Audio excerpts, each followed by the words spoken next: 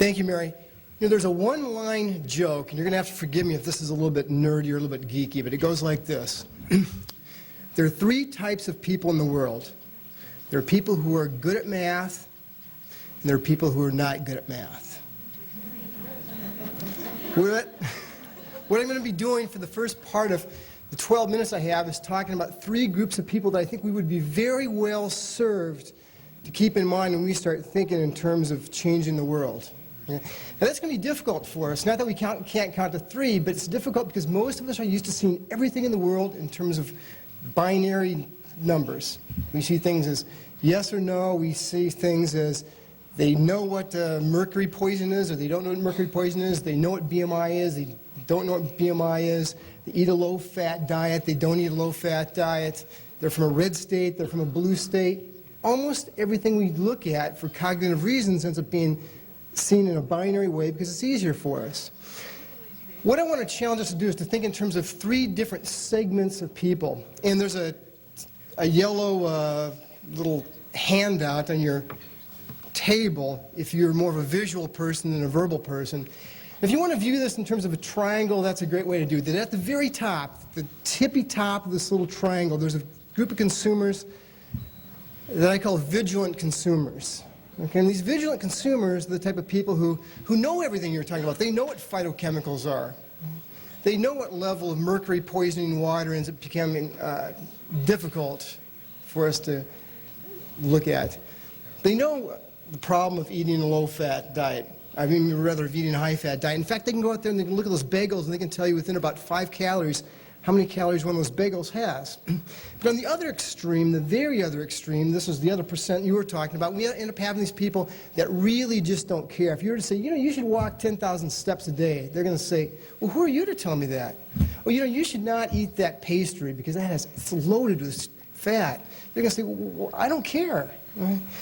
But what happens is there's this in-between group. It's sort of a swing group of voters you might want to look at. And this is the segment I think we usually typically ignore and we want to look at as consumers.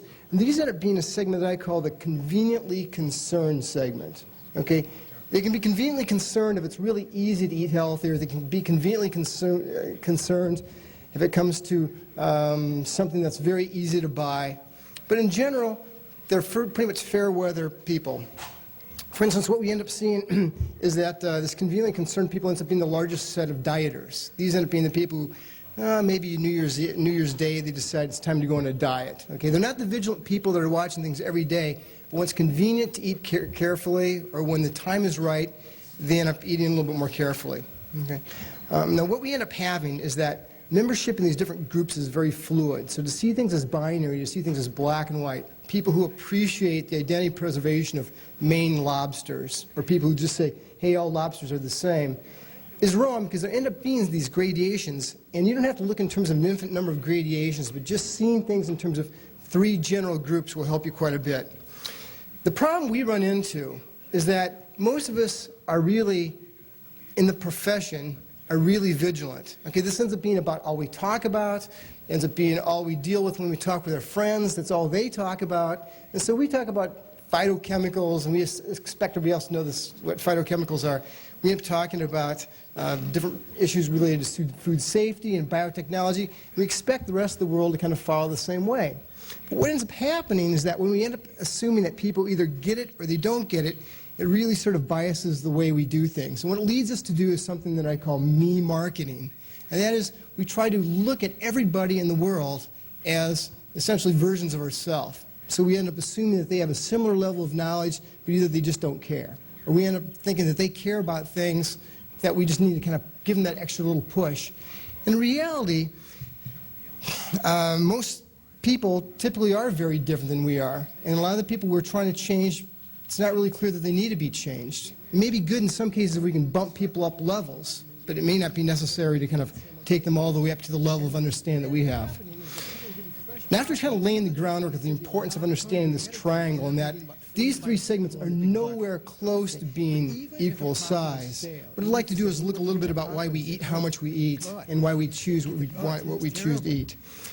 Now, in general, if you were to talk to most people and you say, hey, why do you overeat? Most people give you two reasons. They'd say, I overeat because the food is really, really good or because I am really, really hungry. He said, why do If you you were do to say, that? oh, really? Well, what do you think about the lighting around you or the people you're eating with, the size of the bowl, those influence you? And this ends up being a big danger in whether I'm looking at how really much we hungry eat, and whether I because most of really us like the food. just are not aware of the Now, most of the factors that decisions end we up make about influencing us food end up because they're being not very logical low-conscious factors. decisions. The second thing that And ends up as influencing such, society what we end up is doing is we look consumption toward a very cues that are easy answer suggested to by explain our plate behavior. size, by We what the did a person next study to a us while is back eating, in by how long we outside of spend Philadelphia, at the table. a town called End up being issues Feasterville, related to our Pennsylvania. ability to monitor And what we food did while we're in one eating. day or a Now, the couple of problem days is, once is we when people eat came in food, to the eat evidence is gone. large buckets Like our of tummies popcorn, can't really do much or counting. medium-sized bucket of And as a popcorn, result, free once we popcorn, eat free something, soda pop. there's nothing really Right left on the after table to tell us dinner, whether we had 3 chicken wings or 4 chicken wings, whether we had 2 pieces of pizza or 5 pieces of pizza. And we did a study to look at this a while back. We developed some refillable soup bowls that refilled to the bottom of the table. And people, as they ate, of course, didn't know they were being refilled. And they came in for lunch and fed them soup. And after about 20 minutes, we stopped them. And they were sitting next to people who had normal-sized soup bowls. What would happen? These people would start eating, and level would drop down a little bit, and then they just keep kind of eating and slowly and perceptibly rise. And after 20 minutes, we'd stop these people, and they ate 73% more soup, okay?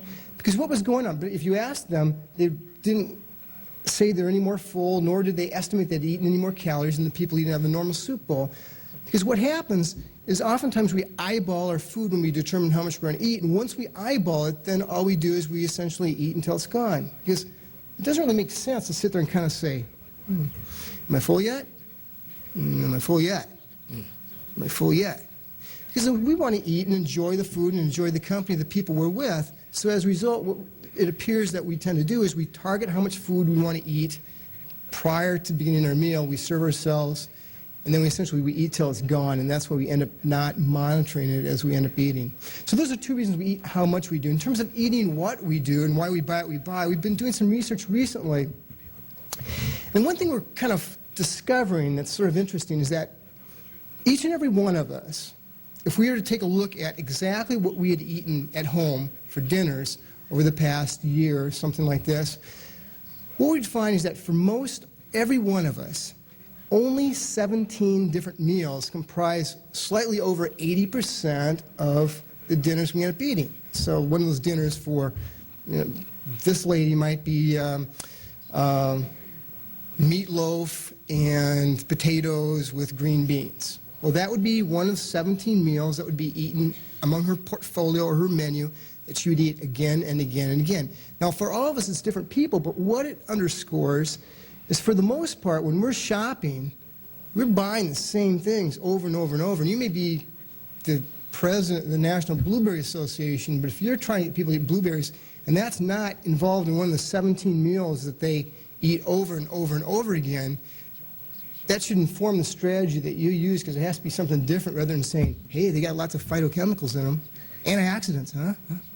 So we need to kind of keep that in mind, because we are very much creatures of habit. Not only what we eat, but also just in the meal preparation that we're comfortable doing. The third thing I want to talk briefly about is this issue of food safety and food scares. Now, if you end up looking at this triangle, okay, there are people who are tremendously vigilant about food, who, if the cookie falls on the floor, immediately pick it up and rush it to the waste paper basket, okay? There's this convenient group in the middle that when the cookie falls on the floor, they kind of, part of whether they're going to see it as a risk or not has to do with what the other options are. So they might look on the floor to see if the floor is very dirty. They might look on the counter to see if there's any other cookies on the counter. And then they make a decision whether that was a risky thing to make or not. And then there's a third group of unconcerned people who just snatch it up and eat it. There's also another name for this third group: males. just kidding. Okay. But when we look at this conveniently concerned group, there's actually 2 reasons that somebody can be conveniently concerned, okay, but have it not influence their behavior very much. They can be conveniently concerned because they just don't really perceive it as much of a risk. okay? And part of what influences whether we perceive something as a risk ends up being whether or not the options are very attractive. This was a few years ago, as a professor of marketing and nutritional science at the University of Illinois, and I was inducted in the nutritional science group, and they had a picnic for me. And I thought, oh, this is great. It's a nice barbecue. Well, they ended up having, it went on a little bit long, and the chicken had been sitting out for a few hours. And so, the decision was whether or not we should eat this chicken, whether it's appropriate to eat. And so everybody's sort of chiming in on their formula as to whether the chicken's okay to eat. And then somebody says, well, what else do we have? And they said, well, there's chicken or there's tofu burgers. And it's like, that chicken's fine. No problem. Absolutely no problem at all. And a lot of what we do when we look at risk and food risk end up being what the other alternatives are around. And if we're at a restaurant and there's tuna and we think, oh, geez, there could be a problem with tuna. But if what's going on is that we don't like anything else on the menu, hey, guess what? We just recalculate the risk is a lot lower than it was before. Okay?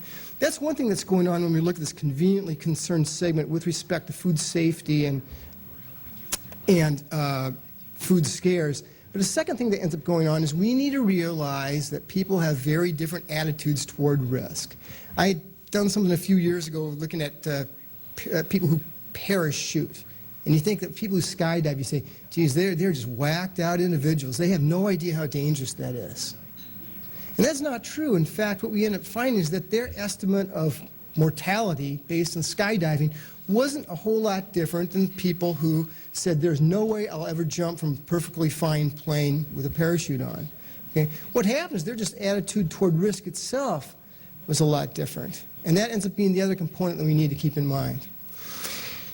Now, in closing, I just want to talk about the role that we play in trying to influence people's lives. A while back, we did some research that looked at how signage in stores influences how much people buy. So we put signs up that would say, soup, no limit per person. Or we'd put signs up in other stores that said, soup, limit 12 per person. And we'd find that people would buy 3 cans if it said no limit, but if it said limit 12, people would buy 7 cans or 8 cans. We'd put signs up in Wawas along the Central Coast here that said Snicker bars, buy some for the weekend, regular price. We'd put in other stores Snicker bars, buy 18 for the weekend, regular price. I mean, that's ridiculous. There's no reason why somebody should do this, yet any mention of a number in a sign ended up increasing how much people bought by 30%, doubling it in some cases. Now, in talking to somebody, with a journalist, they said, oh my gosh, so these companies are forcing us to buy twice as much as we should with these signs. What should the government do about that? And if you say, well, what is really the risk there? So I buy 7 cans of soup tomorrow instead of 3 cans of soup. It's not going to go bad, it's a little bit harder to carry home. But I think that that's what we need to kind of keep in mind, that even though people are influenced in a lot of ways that can be very subtle and that they're not aware of, what we have to realize is what is the danger of some of this happening. If it ends up being that we just buy 3 extra cans of soup a little earlier than we otherwise would, it may not really be worth getting too worried about. Thanks.